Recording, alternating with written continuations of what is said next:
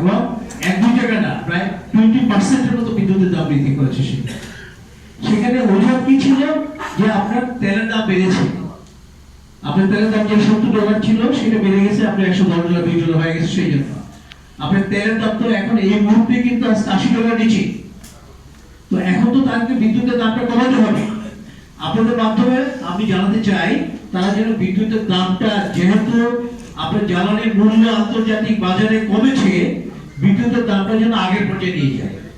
আমরা এই কথা বলছিলাম যখন বিদ্যুতের দাম মাত্র 5-6 টাকা ছিল, যখন আপনার রাশিয়া ইউক্রেন যুদ্ধটা শুরু হলো তখন আপনার ফুয়েলের প্রাইসটা আন্তর্জাতিক ভাবে অনেক বেড়ে যাওয়ার কারণে আপনার বিদ্যুতের দাম সেটাকে 8 টাকা 9 টাকা পর্যন্ত বর্ধিত করেছিলেন বা 10 টাকা পর্যন্ত নিয়ে গিয়েছিলেন, সেটা অজুহাত দিয়ে। তো সেই বিদ্যুতের দাম তো $120 থেকে নেমে আবার $60 মধ্যে নেমে আসছিল। আপনাদের বিদ্যুতের প্রাইস তো কমান নাই সেখানে। আপনি যখন 5 টাকা 6 টাকা করে আপনি বিদ্যুৎ বিক্রি করেন তখন আপনাদের সিস্টেম লস ছিল 40%। তখন তো আপনারা আমাদেরকে 4 টাকা 5 টাকা বা 6 টাকা করে বিদ্যুৎ দিয়েছেন, কিন্তু আপনাদের সিস্টেম লস আপনাদের রিপোর্ট অনুযায়ী মাত্র 6% এর মধ্যে নেমে গেছে। যদি আপনার সিস্টেম লস 40% থেকে যদি আপনি 35% যদি কমিয়ে থাকেন, তাহলে আপনাদের কস্ট কমে যাওয়ার কথা, সেটা তো দামও কমার কথা। কিন্তু সেটা না কমে আপনি একদিকে বিদ্যুতের আপনার কস্ট কমলো, আপনার সিস্টেম লস কমানোর কারণে ফুয়েলের প্রাইস কমার কারণে, তো সেগুলো তো আপনারা কখনো ইফেক্ট দেন নাই, আপনারা একটার উপর একটা বৃদ্ধি করছেন। আমাদের ট্যাক্স যেটা নাকি ইতিমধ্যে আমরা বললাম, বারবার বলে আসতেছি আমাদের সম্মানিত অর্থমন্ত্রী মহোদয়কে, আমাদের এমবিএর চেয়ারম্যান মহোদয়কে, যে আপনারা আমাদের উপর বারবার ট্যাক্স না বাড়িয়ে আপনারা নেটওয়ার্ক বাড়ান। আপনাদেরকে বারবার বলছি আপনাদেরকে যে আপনারা গত কয়েক বছর থেকে বলে আসতেছি যে আপনারা ট্যাক্সের নেটওয়ার্ক বাড়ান।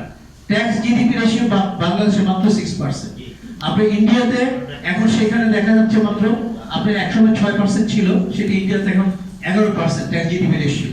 আপনাদের স্পষ্ট খেয়াল আছে মোদি যখন ক্ষমতা নেয় তখন আপনার ইন্ডিয়াতে আপনার 6% এর মতো আপনার জিডিপি ট্যাক্স জিডিপি রেশিও ছিল। এই মোদি গভর্নমেন্ট আসার পরবর্তী যে কাজটা করলো, আপনার ইন্ডিয়াতে 2000 টাকা নোট ছিল, আপনার 1000 টাকা নোট ছিল, সেগুলো সবগুলো ব্যান করে দিল। ব্যান করে দিয়ে আপনার কি দিল, আপনার সেই ব্যাংকে সমস্ত টাকা জমা নিয়ে দিল, আর তাদেরকে ক্যাশ টাকা না দিয়ে তাদেরকে কার্ড ধরিয়ে দিল বিভিন্ন ধরনের। আপনি কিছু কার্ড ধরিয়ে দিল, যাকে কার্ডের মাধ্যমে সেই ক্রেডিট কার্ড ডেবিট কার্ড যেটি হোক ধরিয়ে দিল, যার কারণে কার্ডের মাধ্যমে তাকে বিভিন্ন ধরনের পারচেজ করতে হচ্ছে। আপনি যদি ইন্ডিয়া যান, চায়না যান, যে কোনো কান্ট্রিতে যান, আপনার অনেক জায়গায় কিন্তু ক্যাশ টাকা কিন্তু আপনারা অনেক সময় অ্যাকসেপ্টও করেন না সেখানে। তো এখানে আমরা ওই দিনও বলছি, আজকেও বলি, দেখেন আমরা যখন নাকি আমাদের পার্শ্ববর্তী দেশ ইন্ডিয়াতে যখন নাকি যাচ্ছি, আপনার চায়ের বিল যখন নাকি দিব, তখন আপনার মানি ব্যাগ বের করতে হয় না সেখানে। আপনার মোবাইলটা শুধুমাত্র তার কিউআর করে তার মোবাইলের সাথে আপনি টাচ করলে পরে আমার মোবাইল থেকে তার মোবাইলে চলে যাচ্ছে। এই যে সিস্টেমের মধ্যে চলে আসলো, গভর্নমেন্ট আপনার জিএসটি বলে আর কি, জেনারেল সেল ট্যাক্স, আপনি সেটা পাচ্ছেন। আজকে যেটা মোদি সরকার 6% 7% জিডিপি রেশিও নিয়ে শুরু করেছিল, আজকে সেখানকার জিডিপি রেশিও 11%, আপনার নেপালে 12%, আপনার ভুটানে আপনার প্রায় 10% এর উপরে।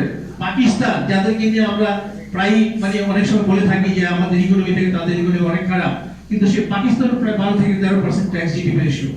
আমরা বারবার বলছি যে আপনার ট্যাক্স জিডিপি রেশিও বাড়ান, নেটওয়ার্কটা বাড়ান। নেটওয়ার্কটা না বাড়ালে পরে আপনার ট্যাক্স বৃদ্ধি পাবে না, আর বারবার আপনারা যে বাজেট যেটা নাকি আছে এটা বারবার বাড়ান, আর ওই অতিরিক্ত বাজেটের যেটা নাকি দায় আছে সেই দায়টা আমাদের উপর চাপিয়ে দেন সেখানে। তো এটা না করে আপনি এইভাবে চাপাতে কিন্তু 400 টাকার ভ্যাট কিন্তু এবার 3400 টাকা হয়ে গেল। গত বছর 2700 টাকা করেছিল, 1800 টাকা থেকে এবার সেটা 2700 টাকা 3400 টাকা করলো, আর বিভিন্ন ধরনের বাড়ালো। আপনাদের মাধ্যমে সরকারকে আমরা জানাতে চাই যে যত দ্রুত সম্ভব ট্যাক্স জিডিপি রেশিও বাড়ানোর ব্যবস্থা করে, নেটওয়ার্ক বাড়ান, আমাদের উপর চাপ কমান। বারবার আমাদের উপর চাপাতে আপনার একটা সময় কিন্তু আমাদের অস্তিত্ব থাকবে না তখন।